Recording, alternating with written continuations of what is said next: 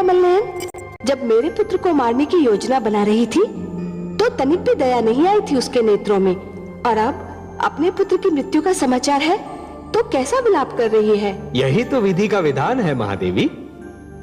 जो दूसरे को दुख देकर हंसता है, होनी उसे दुख देकर 100 बार रुलाती है। इसलिए दूसरों को दुख देने से पहले इतना अवश्य सोच लेना चाहिए कि यदि इसी दुख का वज्र अपने सिर पर गिरे तो क्या होगा। महादेवी, जिस प्रकार बिच्छू को यह ज्ञान नहीं होता कि उसका डंक केवल किसी और को नहीं स्वयं उसे भी चुभ सकता है, उसी प्रकार एक दुष्कर्मी को भी यह ज्ञान नहीं होता कि उसका दुष्कर्म स्वयं उसे भी हानि पहुंचा सकता है। परंतु महादेवी, सिंहिका तो अभी इस बात से अनजान है कि आह्लाद जीवित है। जान लेगी तो भी कौन सा प्यार उड़ेल देगी मेरे पुत्र पर। सुना नहीं आपने, अग्निदेव की सौगंध खाकर कह रही है कि मेरे पुत्र प्रहलाद को भस्म करके ही दम लेगी। कहने में क्या जाता है महादेवी, कहा तो उसने ये भी था कि सर्प कुंड के नाग प्रहलाद की मृत्यु का कारण बनेंगे, पर परिणाम क्या हुआ। परंतु हे कमल नयन, मेरी समझ में नहीं आता कि अग्निदेव को सिंहिका को ऐसा वरदान देने की क्या आवश्यकता थी। महादेवी, अग्निदेव तो यह भली भांति जानते हैं कि भोले शंकर ने जो दैत्य गुरु शुक्राचार्य को वरदान दिया था उसका परिणाम क्या हुआ। अग्निदेव ये भी देख ही रहे होंगे कि आदि प्रजापति ब्रह्मा ने जो वरदान हिरण्यकशिपु को दिया उसका क्या परिणाम हो रहा है। यदि ये सब जानकर भी उन्होंने वरदान दिया है तो अवश्य ही कुछ सोच समझ कर ही दिया होगा ना। आप तो बस आगे का घटनाक्रम देखकर आनंद लीजिए।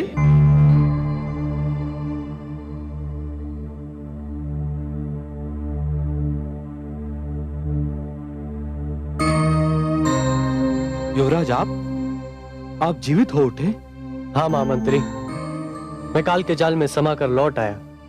ये तो चमत्कार हो गया युवराज, परंतु ये सब कुछ हुआ कैसे? ये सब मेरे प्रियानुज प्रहलाद की कृपा है। ये नया जीवन मुझे मेरे अनुज ने उपहार में दिया है। परंतु मैं तो महाराज और महारानी को असुर लोक में आपकी मृत्यु की सूचना भी भिजवा चुका हूँ। यह तो बहुत बुरा हुआ भ्राताश्री। बुआश्री आपकी मृत्यु का समाचार सुनकर दुख से पागल होती होंगी। तुम ठीक कहते हो अनुज। उन्हें तुरंत सूचना भिजवाइए कि यहाँ सब कुशल है। जो आज्ञा युवराज। नहीं भ्राताश्री, हमें स्वयं आसुरलोक पहुंचना होगा। वहाँ हाहाकार मचा होगा। आपके मृत्यु के समाचार के उपरांत बुआश्री को आपके जीवित रहने के समाचार पर विश्वास नहीं होगा। उन्हें विश्वास उसी समय होगा जब वो अपनी आंखों से आपको जीवित देखेंगी। कितना सुख होगा उन्हें आपको देखकर। भ्राताश्री चलिए, मैं भी आपके साथ चलूंगा। अवश्य अनुज, अब तो मैं वही करूंगा जो तुम कहोगे। मेरा ये जीवन तुम इन्हें तो लौटाया है। महामंत्री जी, हमारी यात्रा का प्रबंध किया जाए। जो आज्ञा युवराज। मेरा पुत्र, हाय मेरा पुत्र, मेरा पुत्र, हाय मेरा पुत्र। तुम क्यों विलाप कर रही हो? तुम्हारा पुत्र नहीं मरा, मेरा पुत्र मरा है। तुम्हारा पुत्र? तुम्हारा पुत्र? ये तुम कह रहे हो बहन सिंहिका? आह्लाद को मैंने तुम्हारी गोद में डाल अवश्य दिया था। उसे भूल जाने की चेष्टा भी की थी, पर उसे पेट में तो मैंने ही रखा था। मैंने उसे अपनी कोख से जन्म दिया था। उसे मैंने ही अपना दूध पिलाया था। वो मेरे ही शरीर का अंश था। वो मेरी आंखों का तारा था। हाँ हाँ था, परंतु उसकी हत्या भी तुम्हारे ही दूसरे पुत्र प्रहलाद ने की। अरे मैंने तुम्हारे पुत्र आह्लाद को अपनी छाती से लगा लिया था, अपना पुत्र बना लिया था उसे। तुम्हारी कमी का आभास उसे कभी होने न दिया था, परंतु तुम्हारे दुष्ट पुत्र प्रहलाद के कारण वो काल के जाल में समा गया। मैं तुम्हारे पुत्र प्रहलाद को कभी क्षमा नहीं करूंगी, कभी नहीं। हत्यारा है वो, हत्यारा। मेरा पुत्र अपने शत्रुओं पर भी दया करता है।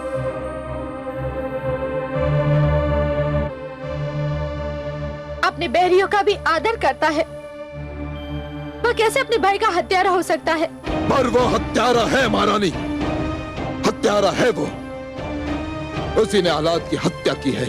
हाँ हाँ, उसी ने आलाद की हत्या की है। मैं प्रहलाद का सर्वनाश कर दूंगी, मार डालूंगी मैं उसे। मैं उसके शरीर को जलाकर भस्म कर दूंगी। नहीं माते, माते इधर देखो, मैं जीवित हूँ। पुत्र, पुत्र,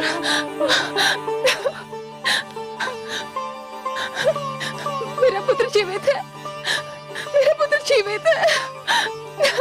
तुम ठीक तो हो पुत्र?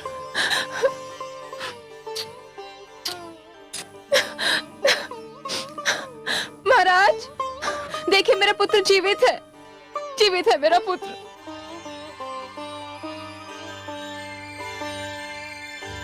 माते, मेरा पुत्र, मेरे लाल।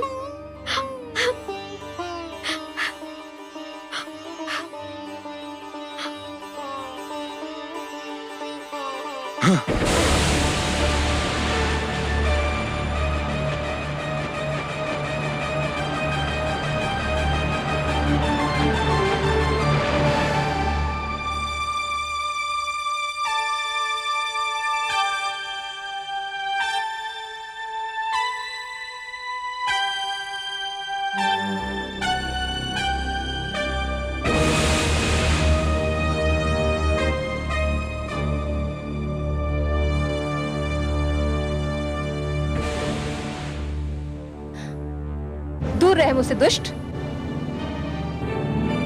ये आप क्या कह रही है माताश्री? मेरे प्रिय अनुज प्रहलाद ने तो मुझे जीवन दान दिया है। मैं तो केवल आपको अपने जीवित रहने का समाचार भिजवा रहा था, पर अनुज प्रहलाद ने अनुरोध किया कि मैं स्वयं चलूं और एक माता अपने पुत्र को जीवित देख ले। आप इसे झिड़क रही हैं? ये तो पुरस्कार का अधिकारी है। आपने मेरे अनुज को कुछ भी कहा तो मुझे बहुत दुख होगा माताश्री, बहुत दुख होगा।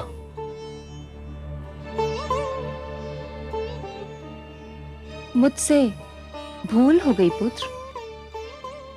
तुमने वास्तव में पुरस्कार योग्य कार्य किया है। तुम जो भी मुझसे मांगना चाहो मांग लो।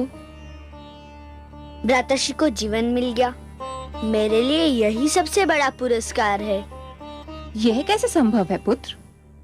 मेरे पुत्र आलाद ने मुझसे कहा है तो मुझे तुम्हें कोई ना कोई पुरस्कार तो देना ही होगा ना। तुम स्वयं अपनी इच्छा से कुछ मांग लो तो मुझे भी हर्ष होगा और आलाद को भी प्रसन्नता होगी। अब संकोच न करो पुत्र, जो जी में आए वो मुझसे मांग लो। यदि आपकी यही इच्छा है तो मुझे अपना वह चमत्कार दिखा दीजिए जिसके चारों ओर चर्चा है। अग्निदेव ने आपको जो वरदान दिया है, मैं अपनी आंखों से उसका प्रदर्शन देखना चाहता हूँ।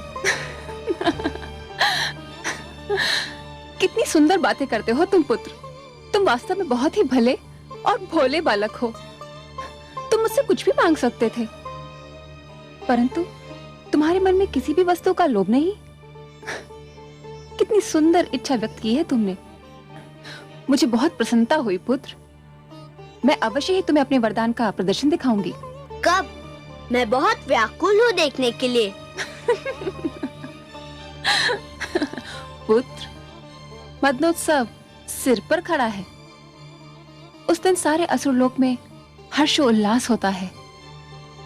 समस्त नर नारी नृत्य करते हैं, मदिरा जल की भांति बहती है, सब रंग खेलते हैं और एक साथ भोजन करते हैं। बस उसी दिन मैं तुम्हें अपना चमत्कार दिखाऊंगी। मैं तुम्हें उस दिन एक और चमत्कार भी दिखाऊंगी। क्या बुआ श्री? उस दिन एक ऐसा अनुपम दृश्य दिखाई देगा जिसे संसार कभी भुला ना पाएगा। उस दिन का वही विशेष आकर्षण भी होगा। मदनोत्सव की रात्रि मैं तुम्हें साथ लेकर अग्नि में प्रवेश करूंगी। नहीं! आज तो मुझे वास्तव में पुत्र प्रहलाद पर बहुत क्रोध आ रहा है। भोलेपन का यह अर्थ तो नहीं कि कोई जानबूझकर मृत्यु की गोद में जा गिरे। क्या हुआ महादेवी? सुना नहीं आपने? दुष्ट सिंहिका पुत्र प्रहलाद को गोद में लेकर अग्नि में प्रवेश करना चाहती है और पुत्र प्रहलाद ये समझ रहा है कि ये खेल होगा। या वास्तव में सिंहिका उसे कोई चमत्कार दिखाना चाहती है? महादेवी, जिसके मन में खोट नहीं होती वो स्वयं को भी सच्चा समझता है और दूसरों को भी। पर ये तो भूल है कमल नयन, और मुझे भय है कि पुत्र प्रहलाद भी यही भूल कर रहा है। नहीं महादेवी, भूल प्रहलाद नहीं कर रहा है, भूल तो सिंहिका कर रही है। उसे इस बात का विस्मरण हो गया है कि वो एक भूल कर चुकी है, और जिसे अपनी भूल का विस्मरण होता है उसे उसका दंड अवश्य मिलता है। इतिहास रचा ही इसलिए जाता है महादेवी कि आने वाली पीढ़ियां ये देख सकें कि उनके पहले की पीढ़ियों ने क्या भूल की और वो उस भूल को ना दोहराएं। यदि दोहराती हैं तो दंड पाती हैं, दुख झेलती हैं। सिंहिका ने जो भूल की थी उसका दंड उसे मिला था, उसके पुत्र आह्लाद की मृत्यु के रूप में। परंतु जैसे ही उसने अपने पुत्र को जीवित देखा, उसे फिर से अपनी भूल का विस्मरण हो गया। इसलिए विश्वास रखिए महादेवी, सिंहिका को अपनी भूल का दंड फिर से मिलेगा। परंतु प्रहलाद को भी तो ये स्मरण रखना चाहिए था कि सिंहिका उसे क्षति पहुंचाने की चेष्टा कर चुकी है। जानता हूं महादेवी, क्षति पहुंचाने वाले को दंड देना तो बहुत सरल है, पर उसे क्षमा करना बहुत कठिन। और जो क्षति पहुंचाने वाले को क्षमा कर सकता है वो तो पूजनीय है, महान है। आपको तो अपने पुत्र पर गर्व होना चाहिए महादेवी कि उसका हृदय इतना विशाल है। मैं जानती हूँ कि मेरे पुत्र प्रहलाद का हृदय विशाल है, उसके विचार सुंदर हैं और वो किसी को भी क्षति नहीं पहुंचाना चाहता। फिर भी सब उसके पीछे पड़े हैं, इसीलिए तो मैं चिंतित हो उठती हूँ। उसके पास सिवाय कयाधु के है कौन? आपका आशीर्वाद है महादेवी, आपका आशीर्वाद। और जिसके साथ आप जैसी जगन्माता का आशीर्वाद हो, उसे किसी से क्या भय हो सकता है? महादेवी, मैं तो आपको कई बार बता चुका हूं कि आपका आशीर्वाद ही प्रहलाद की सर्वाधिक महान शक्ति है।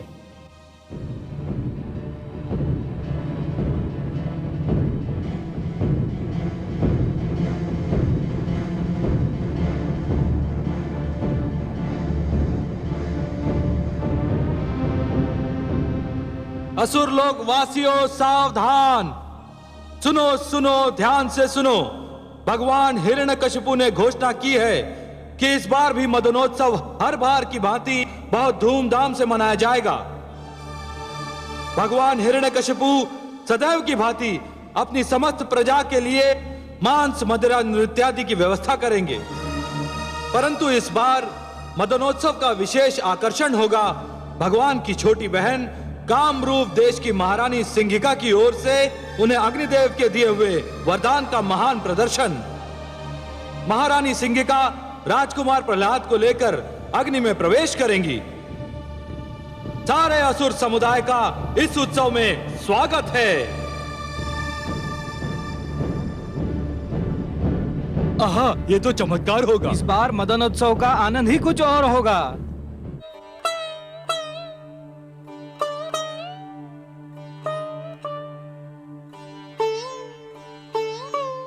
ये कैसा उत्सव है कमल नयन? मांस, मदिरा, हुड़दंग, क्या इसे उत्सव कहते हैं? नहीं महादेवी, इसे उत्सव नहीं, आप असुर संस्कृति के असभ्य प्रदर्शन का नाम दीजिए। उत्सव तो नाम है आनंद की पवित्र भावना का। उत्सव नाम है ऋतुओं के आगमन का।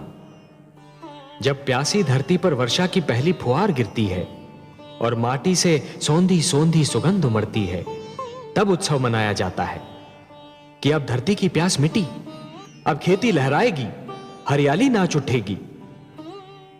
जब माथे पर पसीने की नन्ही नन्ही बूंदें फूटती हैं, तब उत्सव मनाया जाता है कि शरीर को कपकपाने वाली शरद ऋतु से पीछा छूटा।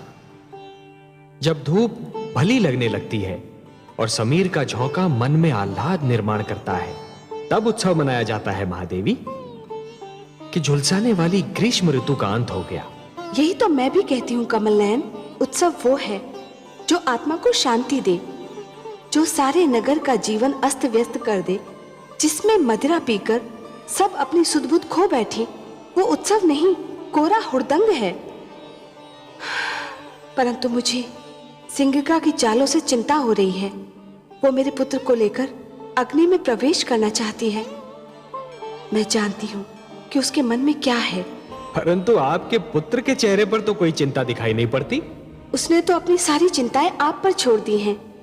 तो आप भी अपनी सारी चिंताएं मुझ पर छोड़ दीजिए ना महादेवी।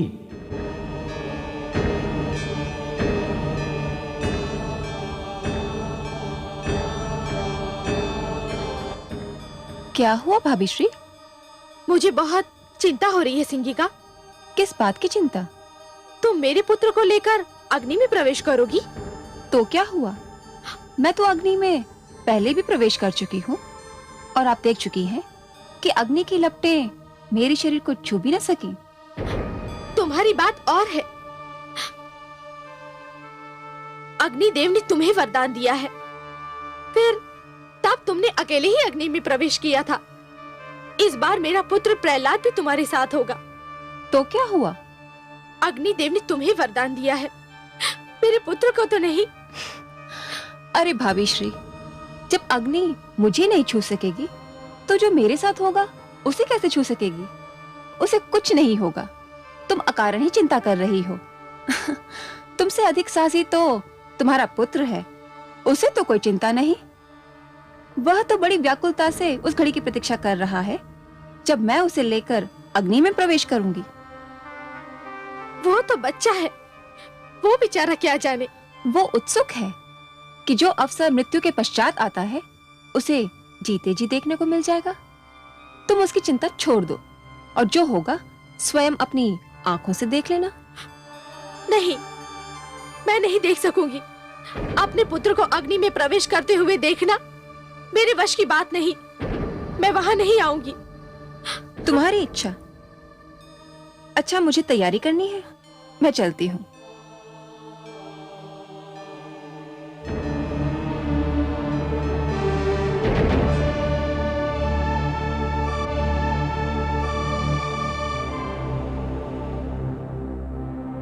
माताश्री तुम्हें लेकर अग्नि में प्रवेश करने वाली है।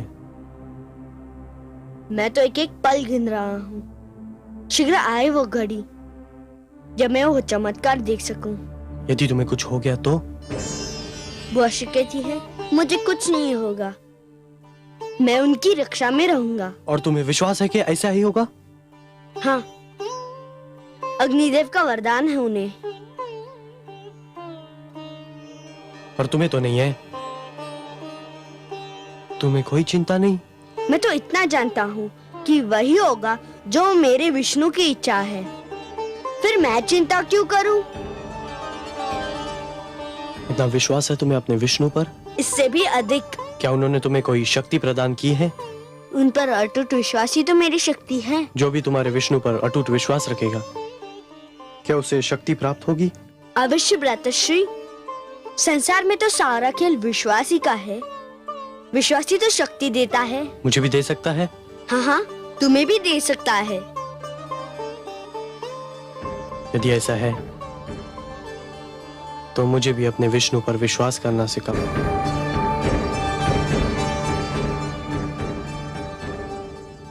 पुत्र प्रहलाद, तुम तैयार हो? हाँ बुआ श्री, मैं कब से तैयार खड़ा हूँ। चलिए। चलो पुत्र। किंतु तुम्हारी माताश्री तो आ ही नहीं रही। क्यों? उन्हें भय लग रहा है। भय? किस बात का भय? उन्हें अग्निदेव के वरदान पर विश्वास नहीं है? मैंने भी उनसे यही कहा, किंतु उनका ये भय दूर ही नहीं हो रहा। मैं उनके पास जाऊंगा, मैं उन्हें लेकर ही आऊंगा। हमारी बात बीच में रह गई भ्राताश्री। मैं उस शक्ति के विषय में इस प्रदर्शनी के बाद ही बताऊंगा। अच्छा अनुज,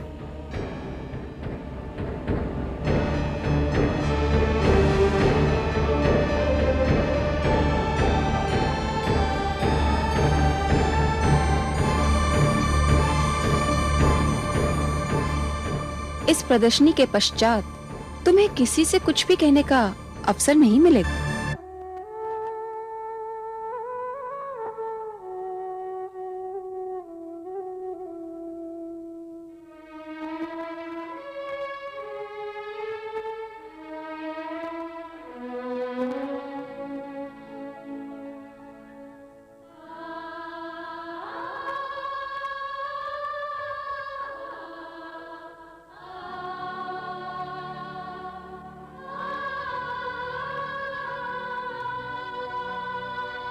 माते, माते,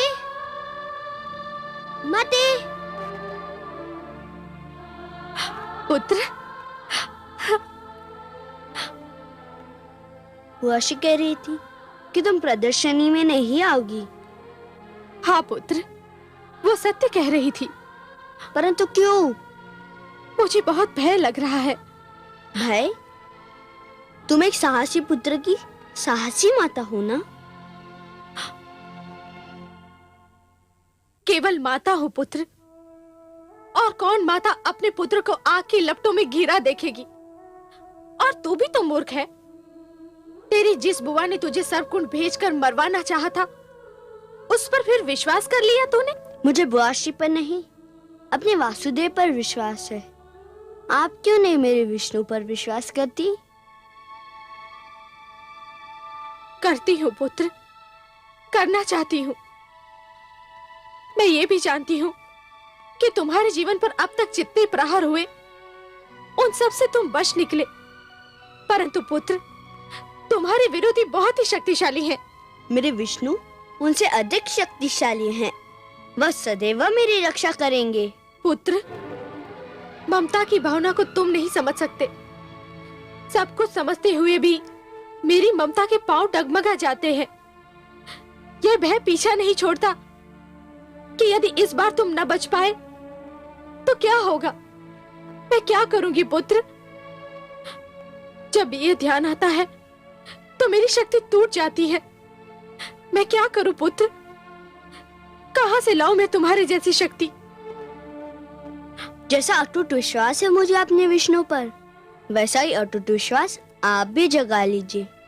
मेरी जैसी शक्ति आपको मिल जाएगी। अब बताइए, आप आएंगे ना चमत्कार देखने? पुत्र, आपको मेरी सौगंध, आपको आना ही पड़ेगा। पुत्र, पुत्र।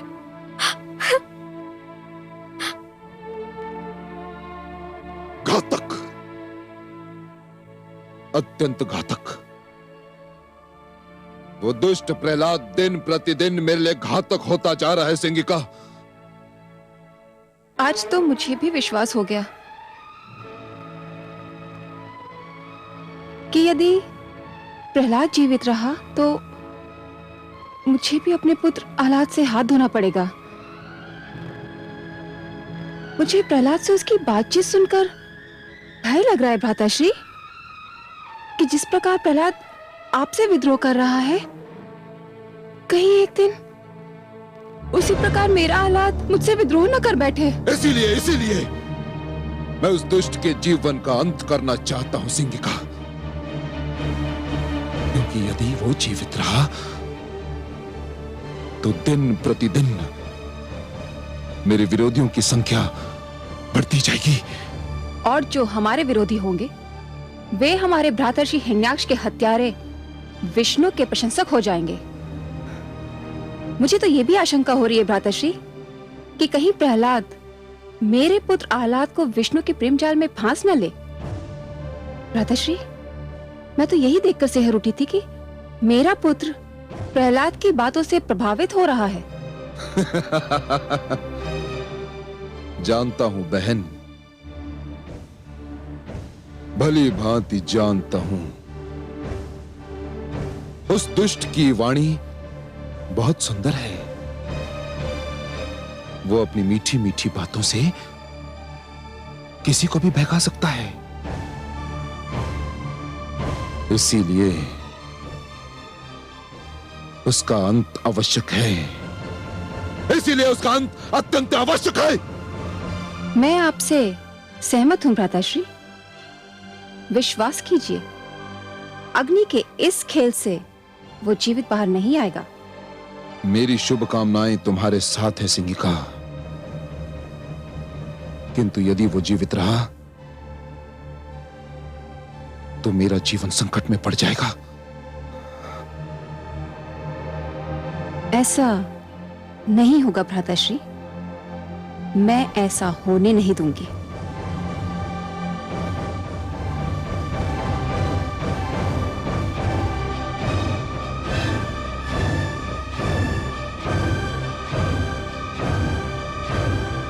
हे कमल नयन, सुना आपने पुत्र प्रहलाद ने अपनी माता से क्या कहा? वो कह रहा है कि भक्ति की भावना ही सबसे श्रेष्ठ है, ममता की भावना उसके आगे कुछ भी नहीं। कुछ बहुत अनुचित बात तो नहीं कर रहा आपका पुत्र महादेवी। आप तो इस सत्य से भलीभांति परिचित हैं कि सृष्टि में ईश्वर के अस्तित्व के अतिरिक्त बाकी सब कुछ माया है। मोह माया में फंसना अर्थात अपने जीवन के लक्ष्य को भूलने के समान है। और जीवन का तो यही लक्ष्य है महादेवी कि अपने भीतर छिपी हुई ईश्वरी शक्ति को ढूंढकर बाहर निकालना, अपने भीतर छिपे हुए ईश्वर को ढूंढना। मोह तो भ्रमित करता है महादेवी और फिर भटकाता है, फिर वो मोह चाहे धन का हो या संतान का। परंतु हे दया सागर, माता और पुत्र का स्नेह तो आपकी दी हुई सुंदर देन है। अवश्य है महादेवी, परंतु कोई भी स्नेह अधिक महान नहीं होता। जीवन का तो वास्तविक उद्देश्य ही है कि ईश्वर के प्रेम में अहम को भूल जाना, क्योंकि ईश्वर से प्रेम हर प्रेम का स्रोत होता है। जिस प्रकार मरुस्थल की रेत दूर से जल के समान चमकती है, परंतु निकट जाकर ही यह ज्ञात होता है कि वो तो सूखी रेत है, जल नहीं, उसी प्रकार हर मोह निकट से केवल एक भ्रम सिद्ध होता है महादेवी। ईश्वर से प्रेम ही जीवन के उद्धार का कारण होता है। आपका पुत्र कयाधु की ममता से अपना मुंह नहीं मोड़ रहा महादेवी, वो तो केवल ममता की धारा को भक्ति की ओर मोड़ने का प्रयास कर रहा है, क्योंकि वो जानता है कि भक्ति में ही शक्ति होती है। लीजिए, आपके पुत्र की परीक्षा की घड़ी आ गई।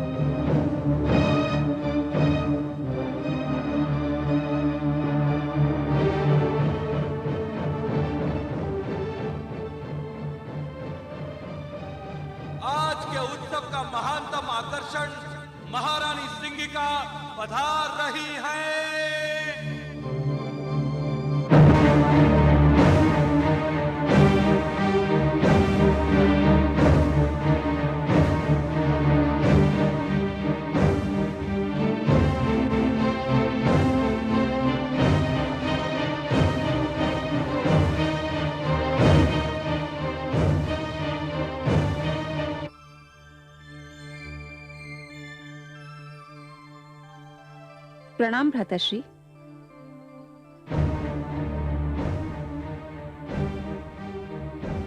कहाँ है वो दुष्ट, मेरा बैरी, मेरा विरोधी? भाभी श्री को लेने गया है। वह इस उत्सव में आना ही नहीं चाहती थी, परंतु प्रहलाद चाहता है कि उसकी माता भी इस अनुपम दृश्य को देखे। अभी उन्हें लेकर आता ही होगा। सिंगिका, उसकी मृत्यु अत्यंत आवश्यक है, अत्यंत आवश्यक। इस बार वो बचना नहीं चाहिए। नहीं बचेगा भ्राताश्री।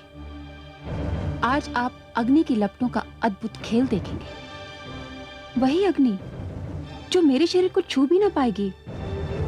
देखते ही देखते उसकी लपलपाती जीभ प्रहलाद के शरीर को चाट जाएगी।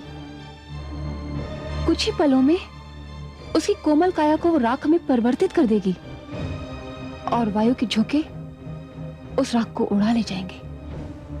महारानी कयाधु, युवराज आह्लाद और राजकुमार प्रहलाद पधार रहे हैं।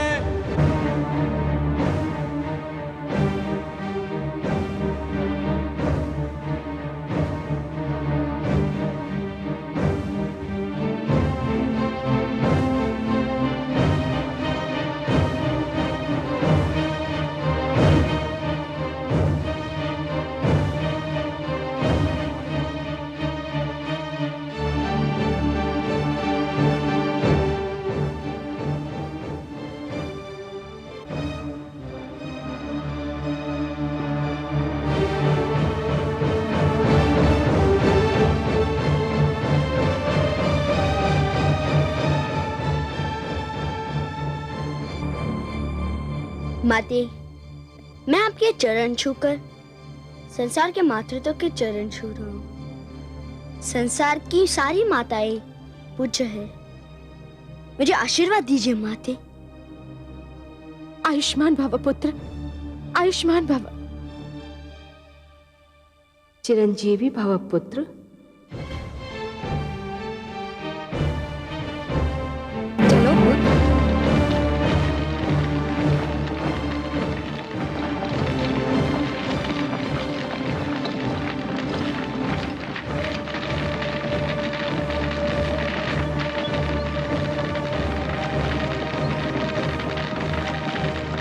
चलो पुत्र।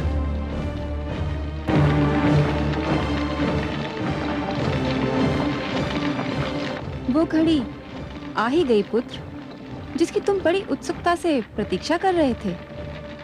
मेरे भी जीवन की अनमोल घड़ी, तुम्हारे जीवन की अद्भुत घड़ी पुत्र। जो भी इस चमत्कार को देखेगा भूल नहीं पाएगा, और जो भी इस चमत्कार की चर्चा सुनेगा सिहर उठेगा।